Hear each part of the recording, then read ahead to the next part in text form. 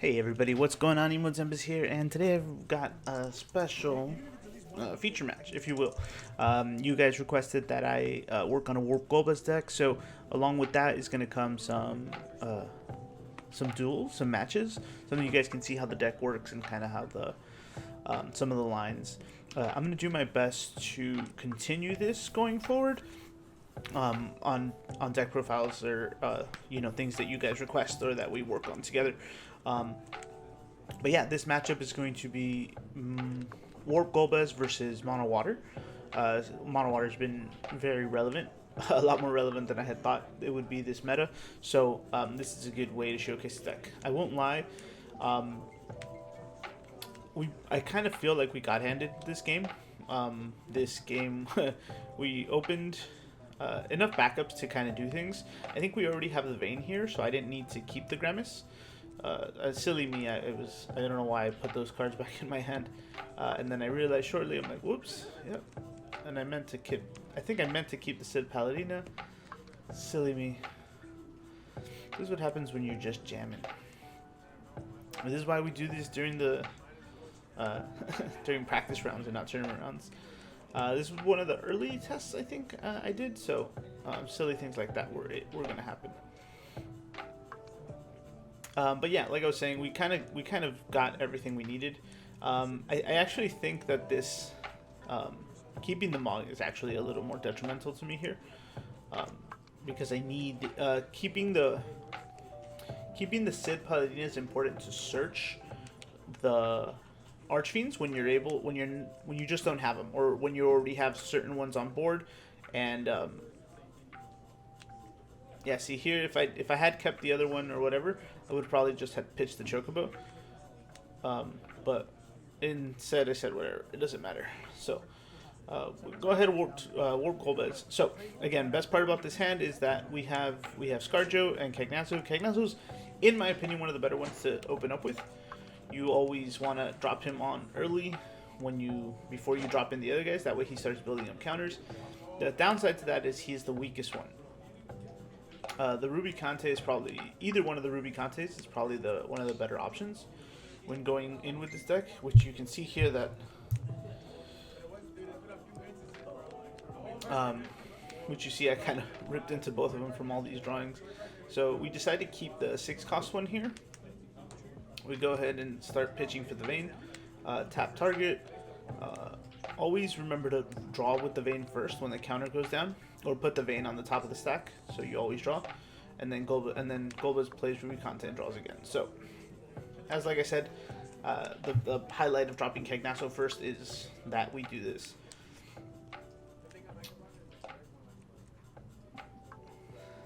See, and if you can kind of see my hand there, we kind of have all the nice open plays ready for everyone.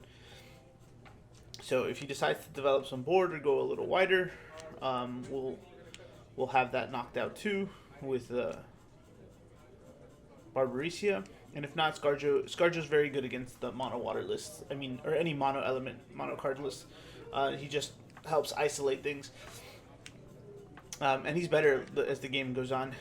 I should have if the list isn't in here at the time that this goes public in the description, it'll be added on shortly. I think I'm just making the final edits to the list. But I think currently there is 4 Scarmillions and 4 Ruby Kantes. I think it's like a 3-1 split from the 2s to the other ones. Or I think actually Ruby Kante might be a 2-2 split here. See, he's still setting up, but he realizes he needs to go faster because he's not going to be able to deal with the board as it goes. So, he's just going over some of the cards and some of his options, right? In my opinion, he probably cuts the Cag here. I actually don't remember, but I guess he takes the vein to do to get rid of the thing. But we have the answer. I like to keep them both. If he had picked the Cag, we don't save it, right? Because we don't really want to go for that. But the vein is more important here. Drop straw, call water. And then, yeah, we can kind of float here. The Selkie was a nice addition here. I wanted to find a way to filter for some of these cards. The deck is primarily wind and lightning. And so being able to filter for fire and water are kind of like, you'll see here that we kind of go in for a little bit. Yeah, just a few cards. It gets, sometimes you go deeper because they're all the way at the bottom naturally.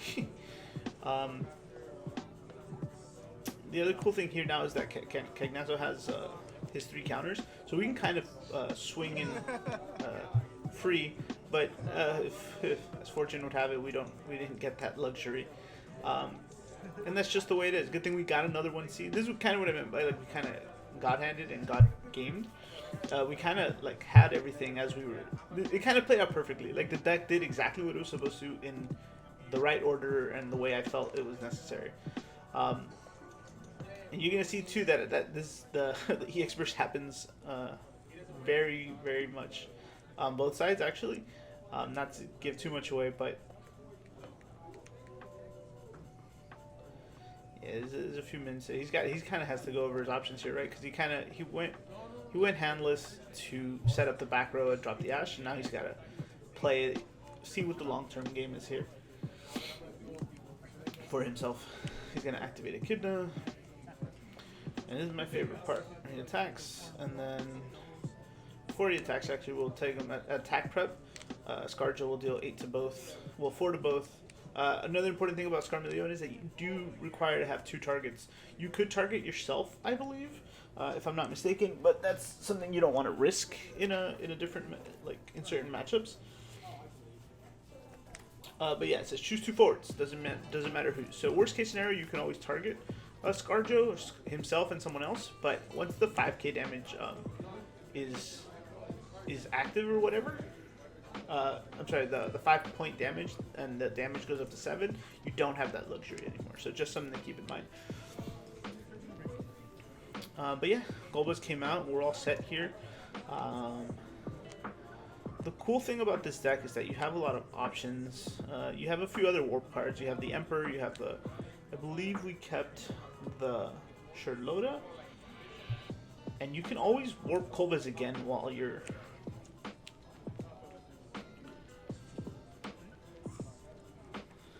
Yeah, and again, in the mono decks, we can just swing in because he'll deal the 10k.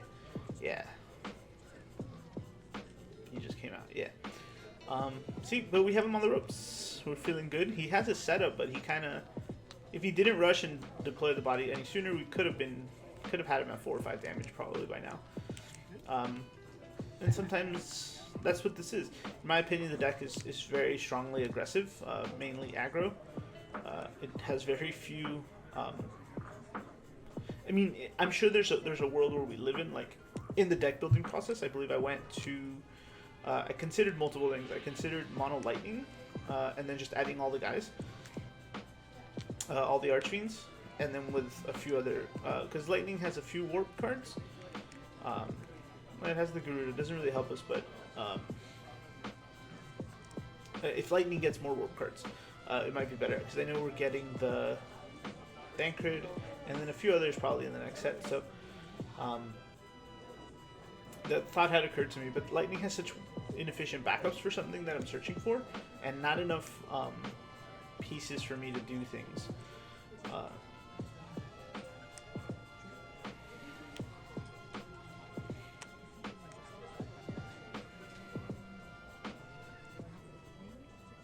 So here I'm just deciding what to get.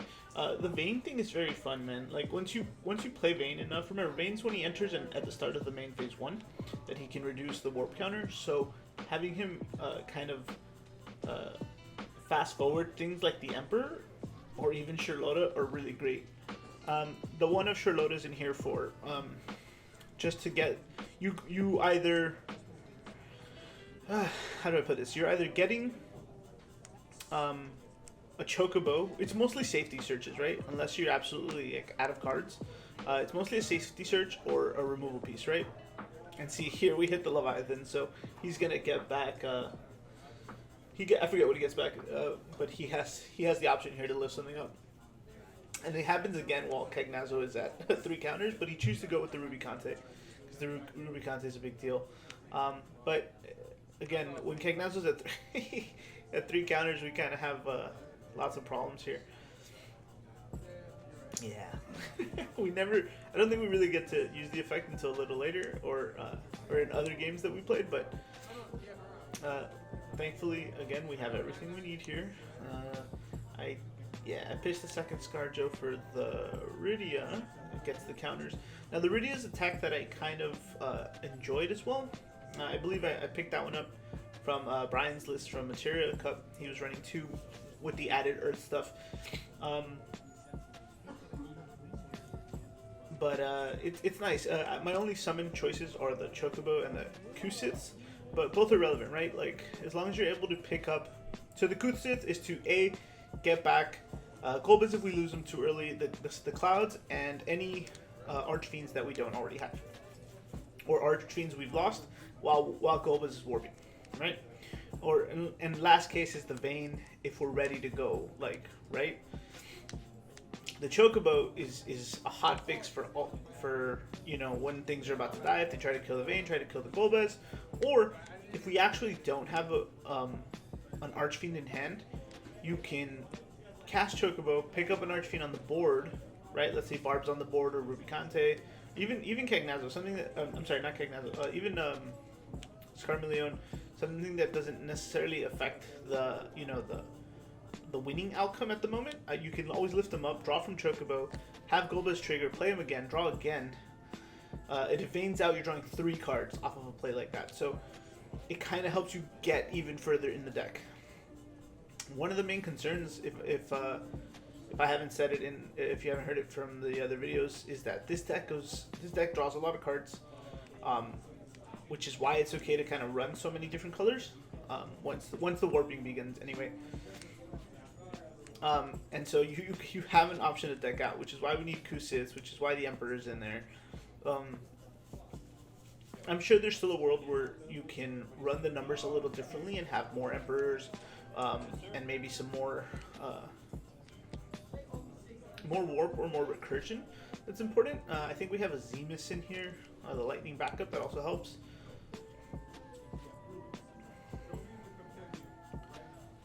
See, I think at this point, I don't think he realizes what I have in the list, or he doesn't know the list, right? And so that's kind of what we take to our advantage, right? In this situation, what's the most threatening thing to you? I think normally you'd suspect the Rydia, right? You don't want based on the current meta, you don't want Rydia like getting away with the game. So he'll target the Rydia, and naturally we have our response. We'll take our Golbez back, and we could have gotten the Cloud. The Cloud would have also been good here, right? We could have, we didn't have the Wind, I don't think. We drew into Wind and we drew into Cloud. But again, you weigh your options. With Vayne out on the board and the backup set up, I think for me the Golbez was more important.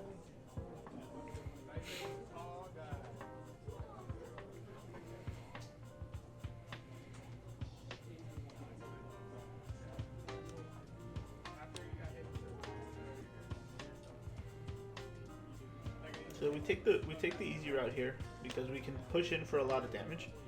Cloud will kill. QQ.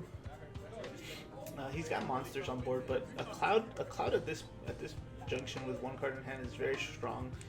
Putting Cagnazzo at 3 counters also just feels really good here.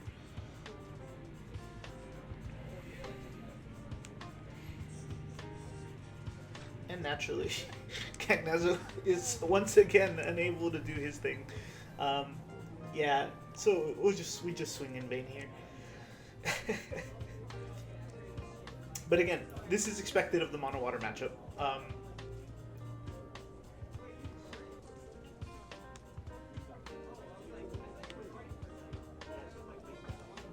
Yep, and he'll block and trade me. That's fine. He was able to do that because the Cuchulainn, he had a card in his hand obviously, but the Cuchulainn helped him, filter something else out, so probably keep the card he wanted in his hand. But now Cagnazzo threatens the Echidna and the Blue Worm, and just about most other things except the Ash. So we're in a real prime position here to close out the game next turn. I actually don't remember what he plays here, but as always, guys, if you enjoy this kind of content, please make sure to leave it in the comments and let me know. kind of helps me continue drive the motivation. I know I've spoken to some of you at some of the events. Shout outs to Milo for pushing my buttons to get back into doing stuff like this, and some of the other guys from St. Pete, like Ike and all that. Just really helps me. Just the feedback is what motivates me, so it means a lot. Yeah, the Leviathan was a kind of a crushing play here. But again, leaving the Cagnazo is one of my biggest things. That I don't know. I'm not sure if I would do that, right? Like, I personally see the value in getting rid of him right away. A few reasons why you would get rid of the Cagnazo, right? The Cagnazo, you can't. It's hard for the deck to play the Cagnazo outside of the warp, right? And so, if you don't see a warp coming or or whatnot, it also resets the counters, right? You don't want him to stay there, live longer, and then potentially get to the 7 counters or whatever, and then have your whole board be threatened.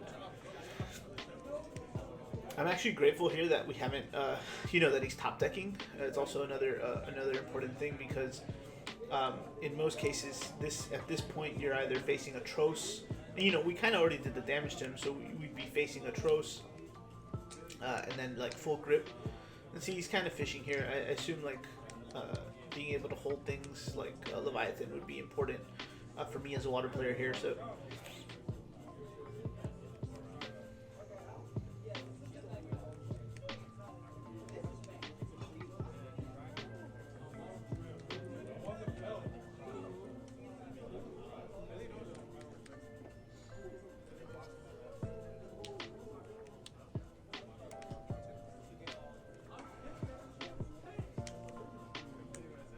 yeah, still fishing.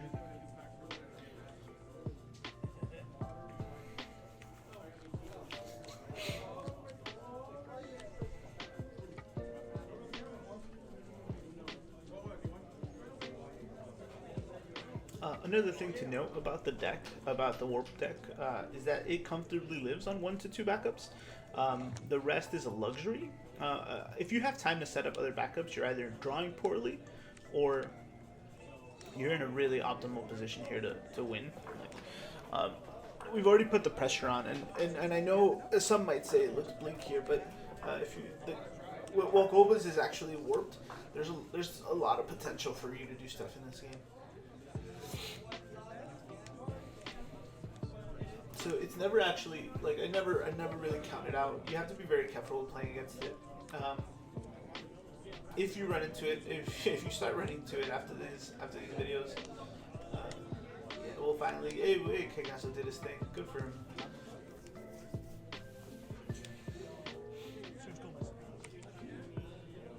Hey, now it's our turn. We got a first EX burst. Bygone lets us search Golbez. Bygone's a nice addition. Again, the deck is kind of designed to either open Golbez or draw Golbez turn 1, or search him turn 1, one way or another. You have the Aldo, you have the Sid Paladines, and you have triple Bygone and triple Golbez. It's a fourth of the deck, all within colors, reachable colors.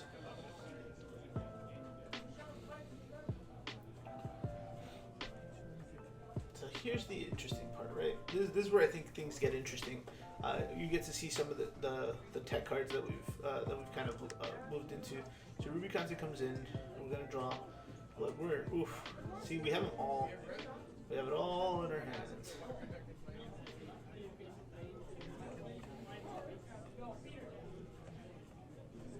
See, it's just an order here. You want to make sure you're playing out right.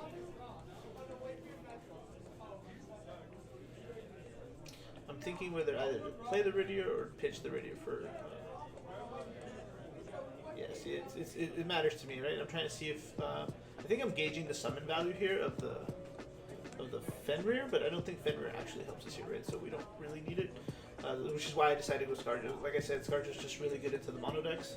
I also thought it was going to start getting pushed back a little bit more, but this is the nice one too. So Theodore's a nice tech. When he enters, I believe Brian played this one too, which was very cool to see.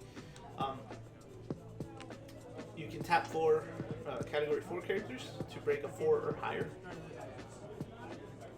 and then at the start of your battle phase, all your four forwards, correction, come upright.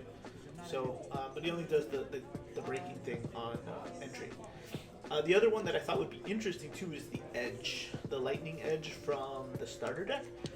I think it has value. I think it has potential, but again, that was more in line with the lightning version, right? Because I just felt like it needed a little bit of something there, right? So.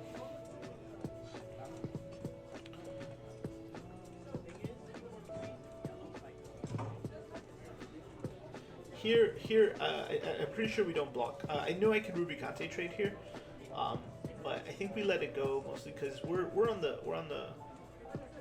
we have lethal next turn if with some proper drawing, some proper effects. I think I kind of just want to scout what he's baiting for, or see if how many Leviathans we're going through. So I know he has bounced one there, second bounce one is there, there might be a third one. Yeah, third bounce one is also in there. So I'm not really worried about him lifting and doing it, but what he does is that he blanks the Kuchu lane when I declare the block. Yeah.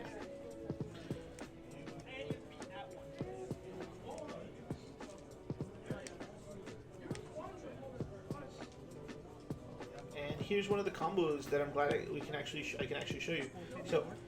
Barbaria is going to come in, deal 4 to the board, and I believe we just go ahead and chocobo it. See, this is if I had kept the Scarjo or whatever, we would have been in a better spot. We could have cleared the board here easy for 6k.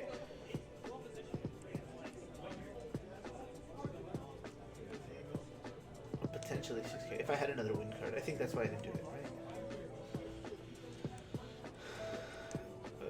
We'll break a monster here for free and draw. See, I was able to bait out his discard, which is nice.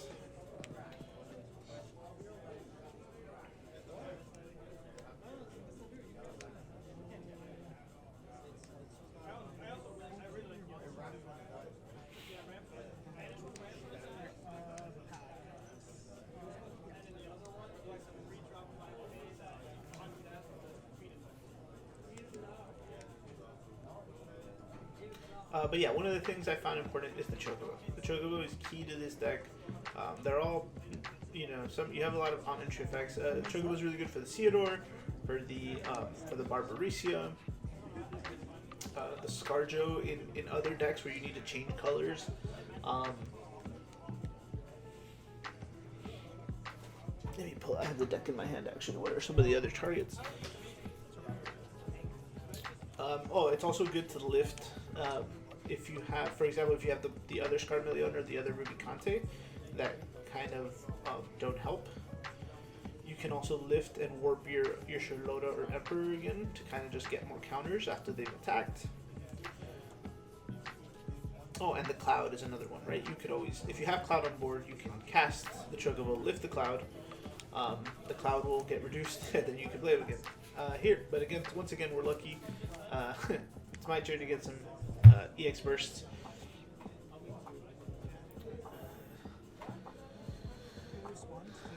So I don't actually have one here, right? But on response to the counter for dropping down, we're gonna.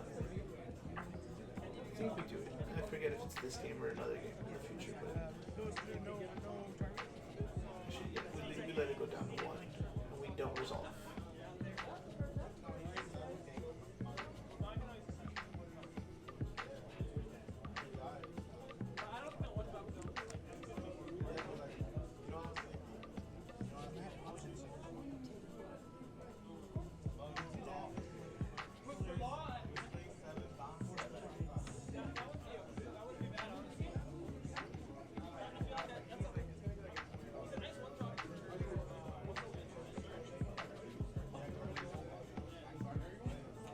You guys see my hand. What do you think? What do you think that I should have closed that with? What would you do here?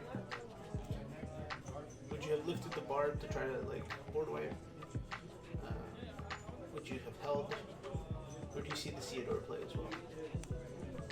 This turn we have options, and that's one of the nice things about this. So yeah, we end up picking up the Theodore.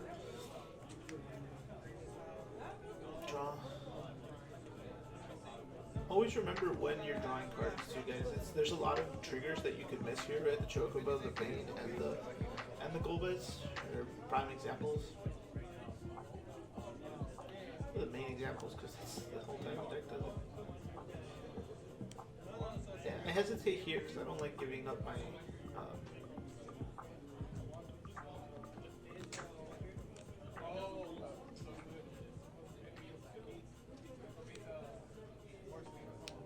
So because Golbez is at 1 now, we cast them, reduce them, bring them in. We'll draw from Bane, fine.